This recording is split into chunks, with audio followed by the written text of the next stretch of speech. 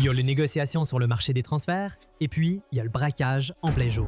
Tout l'été, les clubs ont préparé des accords, fixé les montants, organisé des visites médicales, serré des mains, avant qu'Arvival arrive à la dernière seconde et leur prenne le joueur.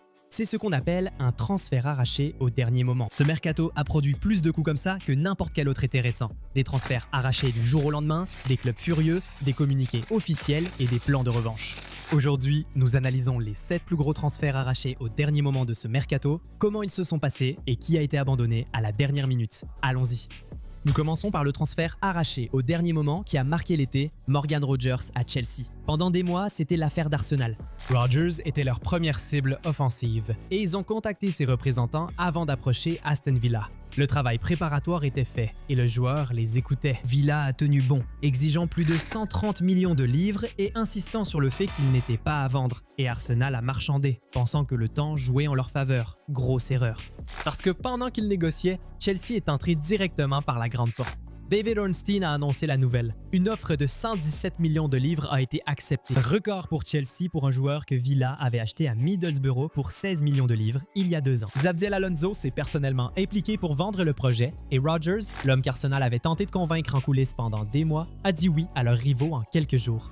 Arsenal a agacé Villa avec son approche en sous-main, mais a tout de même perdu le joueur. Le braquage parfait ne laisse aucun survivant. Si vous trouvez cela rapide, regardez Anthony Gordon à Barcelone. Revenons à fin mai. Gordon venait de finir meilleur buteur de Newcastle avec 17 buts. Et le Bayern Munich négociait depuis des semaines. Le transfert vers l'Allemagne paraissait presque conclu.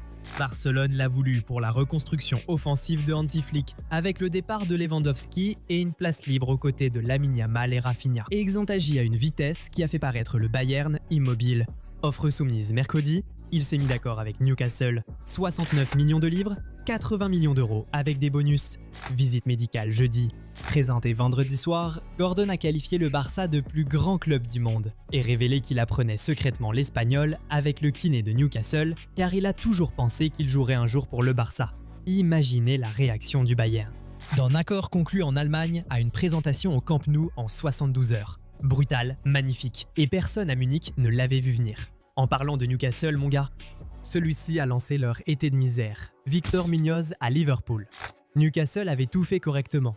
Des semaines de discussions avec Osasuna, des négociations avancées, un accord pratiquement conclu pour l'ailier espagnol qui sortait d'une saison révélatrice avec 7 buts et 5 passes décisives. Keith Downey de Sky l'a affirmé, Newcastle pensait avoir un accord avant que Liverpool ne détourne le transfert au dernier moment. Du jour au lendemain, Fabrizio Romano a annoncé que Liverpool avait trouvé un accord verbal avec Muñoz et activé sa clause libératoire de 40 millions d'euros. C'était fait. Première recrue de l'ère Andoni Iraola, contrat de 6 ans, visite médicale réalisée à le camp de base de l'Espagne pour la Coupe du Monde au Tennessee, il n'a même pas quitté le camp pour changer de vie. Voici le rebondissement. Le Real Madrid a touché 20 millions d'euros via une clause de revente de 50% après avoir vendu le joueur à Osasuna pour 5 millions un an avant. Tandis qu'en interne, la direction débattait du bien fondé de voir un ancien du centre rejoindre Liverpool. Un hold-up, 3 perdants. Mais la douleur de Newcastle ne faisait que débuter. Dites bonjour à Johan Manzambé et à Aston Villa. Ce gamin a été la révélation de la Coupe du Monde. 3 buts pour la Suisse lors de leur parcours jusqu'à un premier quart de finale depuis 1954. Plus de buts que de titularisation, et Newcastle l'avait. Un accord de 49 millions de livres avec Fribourg était conclu. Leurs dirigeants ont pris l'avion pour discuter directement avec le joueur, son entourage et sa famille. Mais Manzambé a hésité à s'engager. Et dans le football, l'hésitation, ça attire les requins. Aston Villa l'a senti. Quand Amadou Onana s'est gravement blessé au genou pendant la Coupe du Monde, Villa a réagi en proposant près de 60 millions de livres, battant leur propre record pour Onana, et a offert ce que Newcastle ne pouvait pas, la Ligue des Champions. Moins de 48 heures après l'élimination de la Suisse, Romano l'a confirmé. Aston Villa a réussi le coup de force. Et la poésie, Manzambé a été élu jeune joueur de la saison en Ligue Europa après avoir mené Fribourg en finale, battu 3-0 par Villa à Istanbul. Brisé, il a ensuite été recruté par eux. Le football est froid comme ça. Maintenant, place au plus gros braquage de tous. Yann Diomandé au Real Madrid. Tout le monde voulait cet homme.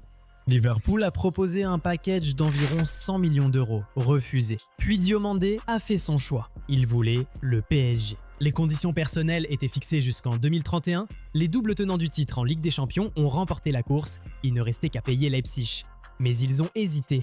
Le PSG a marchandé, hésité, refusé de s'aligner sur le prix demandé par Leipzig, apparemment même irrité par les demandes changeantes du clan du joueur. Et José Mourinho a sauté sur l'occasion.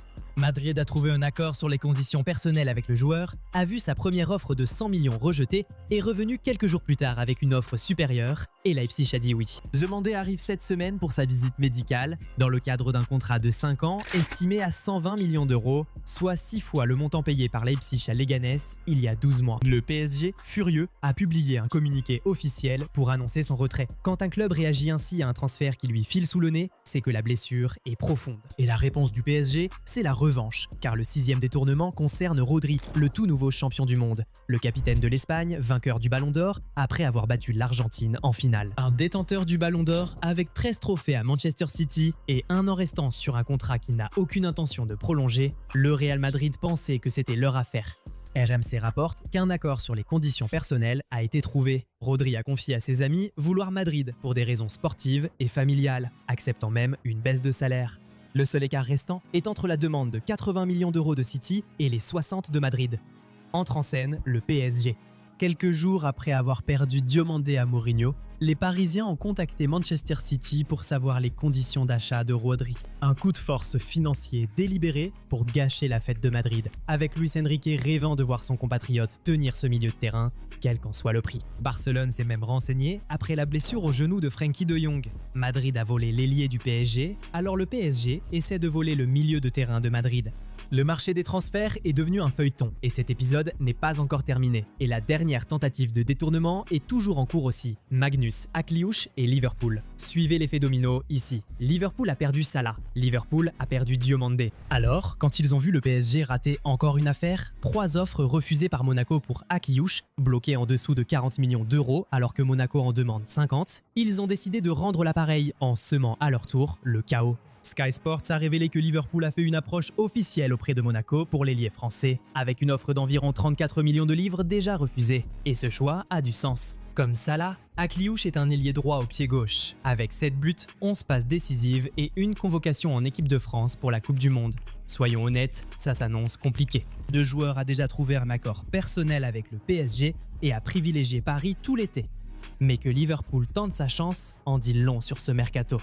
Plus personne ne respecte une parole donnée aujourd'hui. Si l'encre n'est pas sèche, l'affaire n'est pas conclue. Et tous les clubs en Europe le savent désormais. Et voilà, 7 détournements de transfert.